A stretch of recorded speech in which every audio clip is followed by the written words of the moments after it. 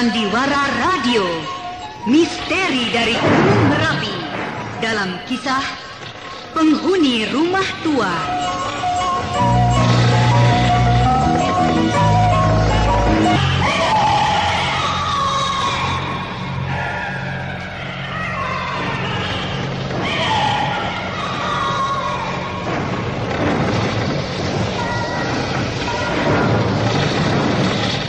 Naskah karya Asmadi Syafar. Teknik dan montase Indra Mahendra dengan sutradara Asmadi Syafar. Kau itu Seruni? Iya, aku. Aku pikir siapa? Sampai aku tahan nafas. Ada apa? Aku seharian keluar pergi mencari Martian. Bertemu dengan dia? Tidak. Tapi waktu aku pulang kemari, aku diikuti oleh seseorang. Kau kenal dengan orang itu? Tidak. Tapi gayanya mencurigakan. Kau yakin? Iya, aku yakin. Mungkin itu dia. Biar aku lihat. Jangan. Bang Sembara belum sembuh betul. Nanti bisa berbahaya. Lalu, apa yang akan kau lakukan? Biar aku yang menemuinya. Tapi kan belum tentu yang datang itu orang yang kau maksud. Tapi kalau yang mengetuk pintu itu adalah orang yang ku maksud, kan bisa celaka nanti. Sudah, biar aku yang melihatnya. Hati-hati. Kau jangan ceroboh menghadapi orang yang belum kau kenal. Beres. Bang Sembara diam-diam saja dalam kamar ini. Ya. Percayalah padaku.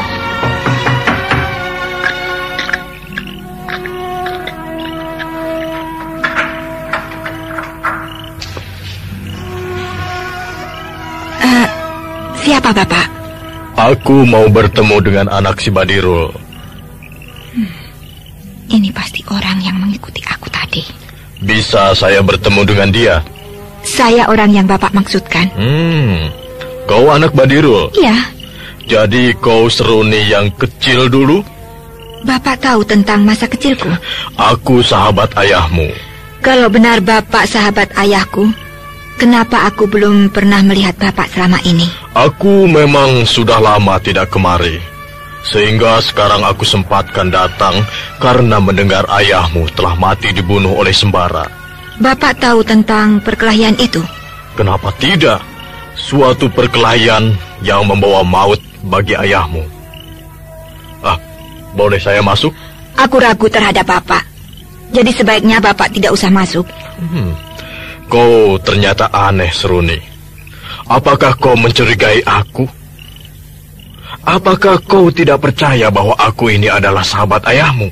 Kalau Bapak benar-benar sahabat ayahku, maka Bapak tidak usah mengikuti dari tadi secara sembunyi-sembunyi. Penglihatanmu ternyata tajam juga.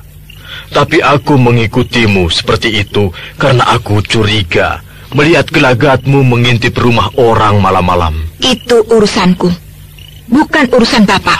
Baiklah, kalau begitu, aku juga akan mengatakan padamu bahwa aku mengikutimu juga adalah urusanku, bukan urusanmu. Lalu, Bapak perlu apa datang kemari? Aku datang kemari akan mengambil sebuah benda yang disimpan oleh ayahmu. Benda apa itu?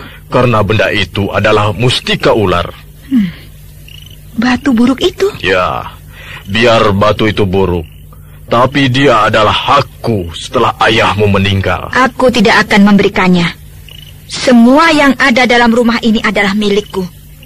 Jadi mustika itu tidak akan aku berikan pada Bapak. Seruni, sewaktu aku sama-sama berguru dengan ayahmu, kami telah berjanji bahwa bila ayahmu mati lebih dulu daripadaku, maka mustika itu jatuh ke tanganku.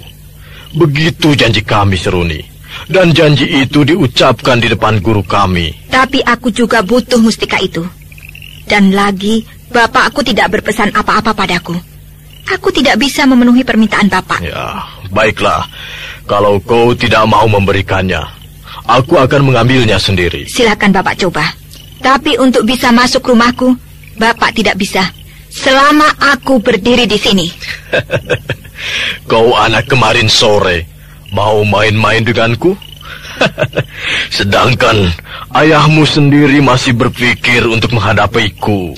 Terserah Bapak mau bicara apa. Yang terang, Bapak tidak akan bisa seenaknya masuk rumah ini tanpa izin dariku. Baik.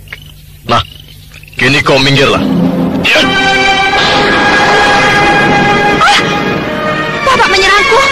Baik, kini Bapak akan aku bunuh.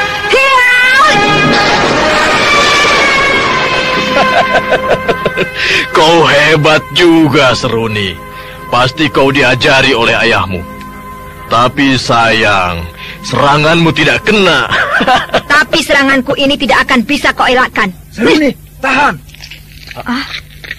Kau keluar juga dari kamarmu, Bang? Ya, dia itu berbahaya, Seruni. Aku takut kau mati di tangannya. Kau rupanya sembara. Hebat, hebat. 2 orang anak muda berlainan jenis hidup bersama di dalam satu rumah. Alangkah romantisnya kalian. Hei, aku tidak sebejat yang kau sangka. Kau Seruni, apakah kau masih mau mendekati orang seperti ini?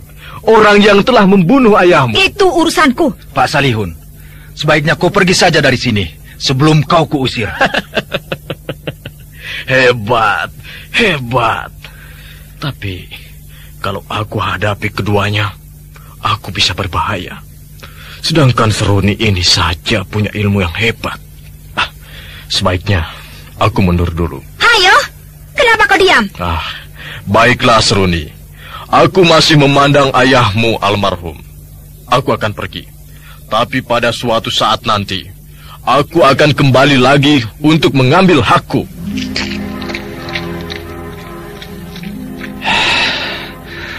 Ya, selamat. Kenapa selamat, Bang? Dia itu mempunyai ilmu yang hebat, Seruni. Kalau jadi tadi kita bertarung melawannya, maka luka di dalam tubuhku ini tidak akan sembuh-sembuh. Tapi aku yang akan menghadapinya, bukan Bang Sembara. Kau bukan tandingannya, Seruni. Bang Sembara menganggap enteng aku. Bukankah tadi seranganmu bisa dielakkannya dengan mudah? Bahkan kau tidak bisa mengelakkan serangannya. Iya, karena aku tidak siap. Ya, sudahlah. Lain kali kau harus hati-hati kalau bertemu dengannya. Bang Sembara tahu tentang dirinya? Ya, karena aku pernah berhadapan dengannya. Begitu.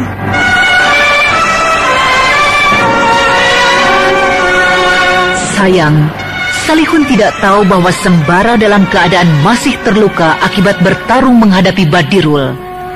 Kalau saja dia tahu, maka habislah riwayat Sembara dan Seruni. Dia akan bisa mendapatkan mustika ular peninggalan Badirul itu. Memang, mustika itu adalah mustika ajaib.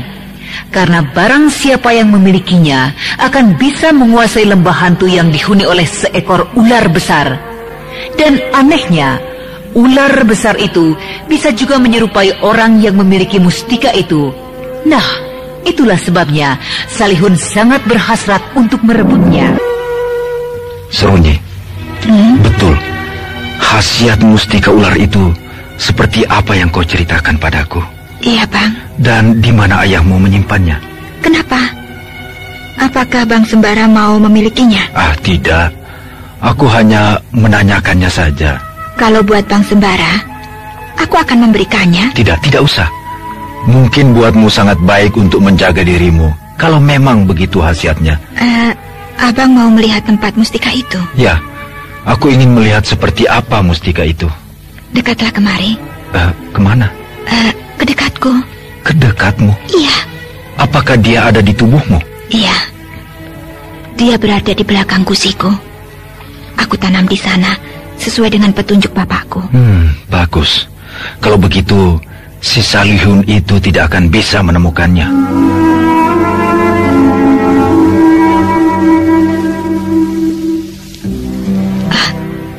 Bang Sembara mau kemana? Kok sudah berkemas-kemas begini? Aku mau berangkat dulu, Seruni. Aku harus mencari Mardian. Bang Sembara kan belum sembuh betul. Ya, tapi tidak apa-apa. Selama dalam perjalananku nanti, tentu akan berangsur-angsur sembuh. Kalau begitu, aku akan ikut Bang Sembara. Kau akan ikut aku? Ya.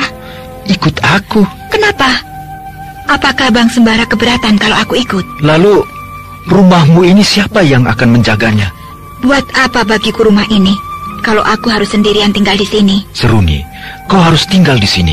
Kau harus menjaga barang-barang peninggalan ayahmu. Apakah kau tidak sayang pada barang-barang yang ada dalam rumah ini? Biar saja. Paling-paling kalau si Salihun datang, dia ambil barang-barang yang ada di sini. Yang penting, aku ikut abang. Ya, kalau si Salihun datang, kau tentu akan binasa olehnya. Dan dia pasti akan datang lagi kemari dengan persiapan yang matang. Aku tidak takut. Tapi aku tidak mau kesepian di sini. Baiklah, kemasi barang-barangmu. Iya, aku pasti tidak banyak membawa barang. Maaf Sembara, aku mengganggumu sebentar. Oh, Salihun, celaka. Kau terkejut aku datang? Perlu apa kau datang kemari? Kau terkejut rupanya. Aku tidak pernah terkejut melihatmu, Salihun. Aku hanya bertanya, kenapa kau datang kemari? Perlu apa? Sembara, kau sebenarnya sudah tahu apa maksud kedatanganku kemari. Nah, untuk itu aku harap kau tidak menghalanginya. Tapi tidak semudah itu permintaanmu aku kabulkan, Salihun. Karena maksudmu datang kemari itu tidak pernah berniat bagus. Apakah bukan niat yang baik kalau aku meminta pusaka perguruanku yang memang sudah saatnya aku yang merawatnya? Tapi kalau memang itu sudah menjadi ketentuan perguruanmu, kenapa tidak pernah ada pesan dari Badirul untuk mengatakannya pada Seruni? Dipesan atau tidak, itu bukan masalah. Tapi yang jelas, aku akan mengambilnya sekarang. Orang ini pasti sudah siap datang kemari. Aku harus hati-hati. Nah, minggirlah kau. Maaf, aku tidak berani mengizinkanmu masuk sebelum ada perintah dan izin dari Seruni. Kau jangan berlagak pahlawan Sembara. Kau tidak akan mampu melawanku, karena aku telah tahu bahwa kau masih dalam keadaan terluka sehabis menghadapi Badirul. Luka yang memang lama untuk penyembuhannya. Jadi sekarang kau tinggal pilih, keselamatanmu atau kau tidak menghalangiku. Dia tahu keadaanku. Dugaanmu salah, Salihun. Justru aku sekarang dalam keadaan sehat. Nah, sekarang kau harus berpikir, kalau kau masih mencoba meneruskan niatmu, maka keselamatanmu akan terancam. Kau tidak usah membohongi aku, Sembara. Tapi kalau kau ingin cari bahaya, mari kita lihat. Baik. Apakah kau akan sanggup menghadang langkahku ini?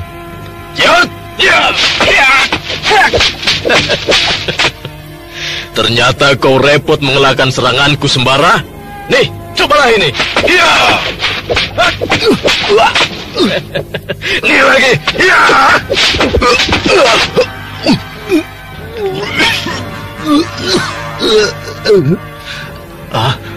Darah. Aku muntah darah. Bagaimana? Tinggal sejengkal lagi kan kau menemui kematianmu? Nah, sekarang kau susulah si Badirul dan sampaikan salamku padanya. Nih, kia!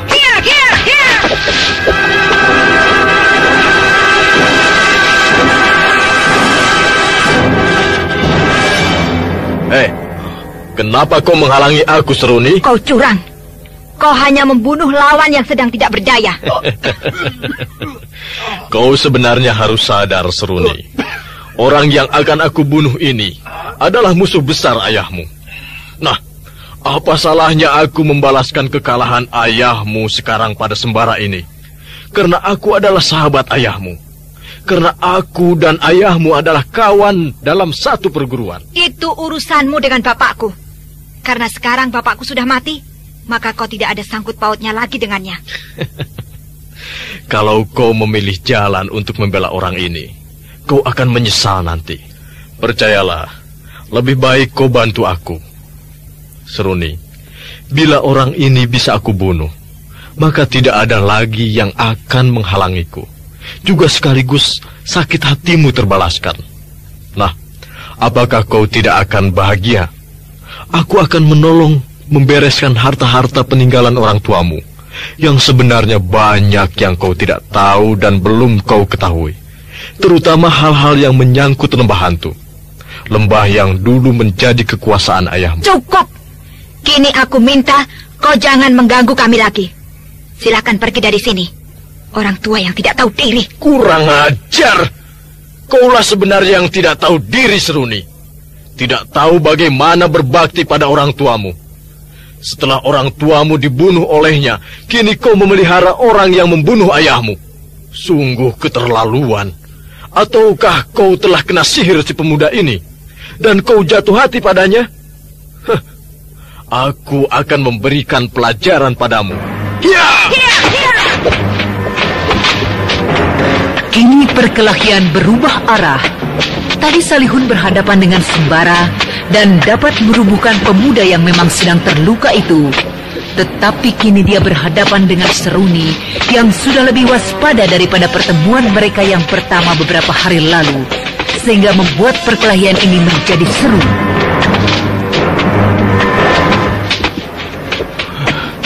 Ternyata gesit dan tangguh juga anak si Badirul ini.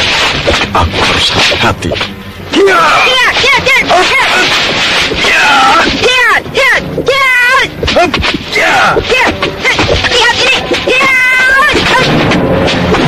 Salihun mulai serius dan hati-hati menghadapi Seruni yang memang sudah siap untuk perkelahian ini. Tetapi serangan Salihun yang bertubi-tubi datangnya membuat Seruni sulit untuk membalasnya. Dia mengelak dan mengelak terus sambil meloncat ke sana kemari. Dan Salihun mendapat perlawanan yang gigih dari Seruni, makin mempergencar serangannya, sehingga lagi-lagi membuat Seruni terdesak.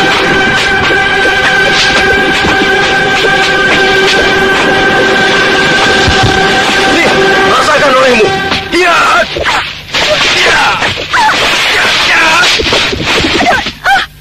Nah, terimalah nasibmu seperti si Sembara. Ya! Sebenarnya, aku ingin menghabiskanmu berdua sekarang juga. Tapi aku harus mendapatkan dulu mustika itu. Baru kalian akan mati di tanganku. Kini katakan padaku, di mana kau sembunyikan mustika itu? Seruni, bohongi saja dia. Ayo, di mana kau simpan mustika itu? Aku taruh di gua lembah hantu. Baik, aku akan ke sana sekarang juga. Tapi bila kau bohong, maka kau akan tahu sendiri akibatnya. Dan supaya kalian tidak bisa lari, maka akan aku ikat kalian berdua.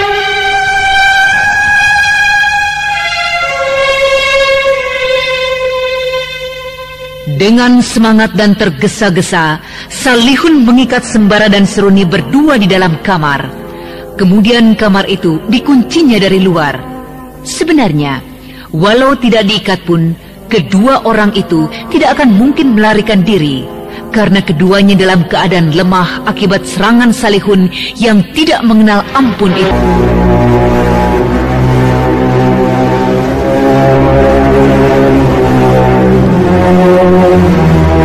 Dalam keadaan lemah, Seruni dan Sembara diikat dalam sebuah kamar yang dikunci dari luar oleh Salihun. Kemudian dia pergi menuju lembah hantu untuk mengambil mustika yang dikatakan Seruni disimpan di sana. Sebenarnya, bertemu atau tidak, Salihun akan kembali ke rumah itu, karena dia memang telah berniat akan menghabiskan kedua nyawa anak muda itu. Hanya saja, kalau tidak bertemu mustika itu di lembah hantu, dia akan berusaha mengorek keterangan lagi dari Seruni. Kemudian gadis itu akan dibunuhnya.